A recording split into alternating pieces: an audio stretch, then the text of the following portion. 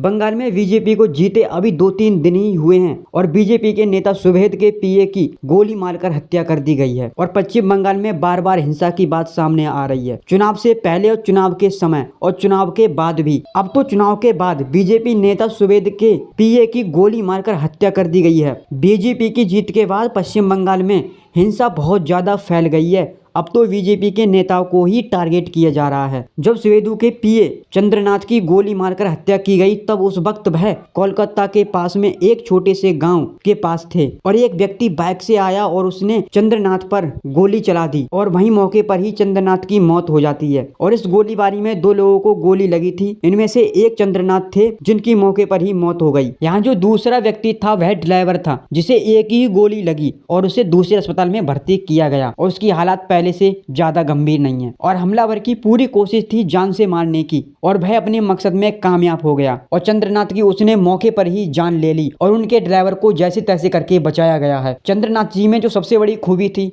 वो था उनका संतुलित अनुशासन। राजनीति में आने से पहले वे भारतीय वायु सेना में अपनी सेवा दे चुके थे। एक फौजी की ट्रेनिंग ने उन्हें दबाव में शांति से रहना और किसी भी मिशन को सटीकता से पूरा करना सिखाया था। उनकी कार्यशैली किसी राजनेता जैसी नहीं बल्कि एक ऑपरेशनल कमांडर की जैसी थी और इस मामले में सीधे ममता बनर्जी को ही टारगेट किया जा रहा है। पोस्ट पोल वायलेंस है, इसमें अभिषेक बनर्जी और ममता बनर्जी को तुरंत गिरफ्तार करना चाहिए और ममता बनर्जी को गिरफ्तार करने तक की बात की जा रही है। बीजेपी की जीत के बाद पश्चिम बंगाल में बहुत ज्यादा हिंसा फैल रही है और विपक्षी भाजपा की जीत और अपने हार से चिड़े हुए हैं जो इस तरीके से हिंसा फैला रहे हैं। पश्चिम बंगाल में बहुत ज्यादा हिंसा को देखते हुए भाजपा की तरफ से एक स्टेटमेंट आता है। उस स्टेटमेंट में बीजेपी साफ साफ कह रही है कि किसी भी तरीके की हिंसात्मक क्रिया को माफ नहीं किया जाएगा। इस स्टेटमेंट में भाजपा ने इंग्लिश में लिखा है, मैं आपको हिंदी में पढ़कर सुनाता हूँ। हमारे संग्रह में आया है कि गुंडागर्दी के कुछ तत्व लोगों को गुमराह करने और अव्यवस्था को फैलाने के लिए भाजपा कार्यकर्ताओं का रूप धारण करने की कोशिश कर रहे हैं। जहां भाजपा का इस स्टेटमेंट में कहना है कि गुंडागर्दी लोग भाजपा नेताओं का रूप बदलकर यहां गुंडागर्दी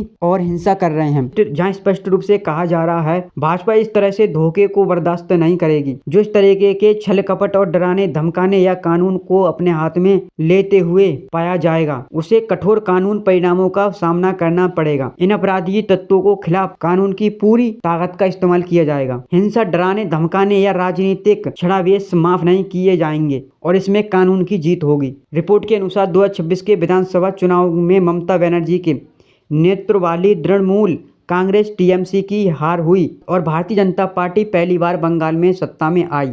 बंगाल की राजनीति में सत्ता परिवर्तन अक्सर हिंसक रहा है, चाहे वो 1977 कांग्रेस से बंपरपंथियों की ओर जाना हो या 2011 में बंपरपंथियों से टीएमसी की ओर। भाजपा की जीत का मतलब है एक नए राजनीतिक तंत्र की शुरुआत जिससे पुराने ढांचे को खलबली मच गई है। आमतौर पर बंगाल में चुनाव के बाद ही हिंसा उन कार्यकर्ताओं के खिलाफ देखी जाती थी जो हारने वाली पार्टी के होते थे, लेकिन यहाँ स्थिति अलग है। यहाँ निशाना विजेता पक्ष यानी भाजपा के गद्दावर नेता सुवेदु अधिकारी के निजी सहायक पीए चंद्रनाथ को बनाया गया है। यह घटना बंगाल विधानसभा चुनाव 2026 के परिणामों के तुरंत बाद की बताई जा रही है। रिपोर्ट के अनुसार बीजेपी ने इन चुनावों में जीत हासिल की है और ममता बनर्जी की सत्ता से विदाई हुई है। ऐसे में इस हत्या को चुनाव के विवाद की हिंसा के रूप में देखा जा सकता है, जहां पर बीजेपी ने सीधे तौर पर तृणमूल कांग्रेस एमटीसी के नेता अभिषेक बनर्जी को हत्या की साजिश रचने का आरोप लगाया। सीधे अभिषेक बनर्जी को निशाना क्यों बनाया गया, इनके पीछे के मुख्य कारण ये हैं। अभिषेक बनर्जी को टीएमसी के नंबर 2 और ममता बनर्जी के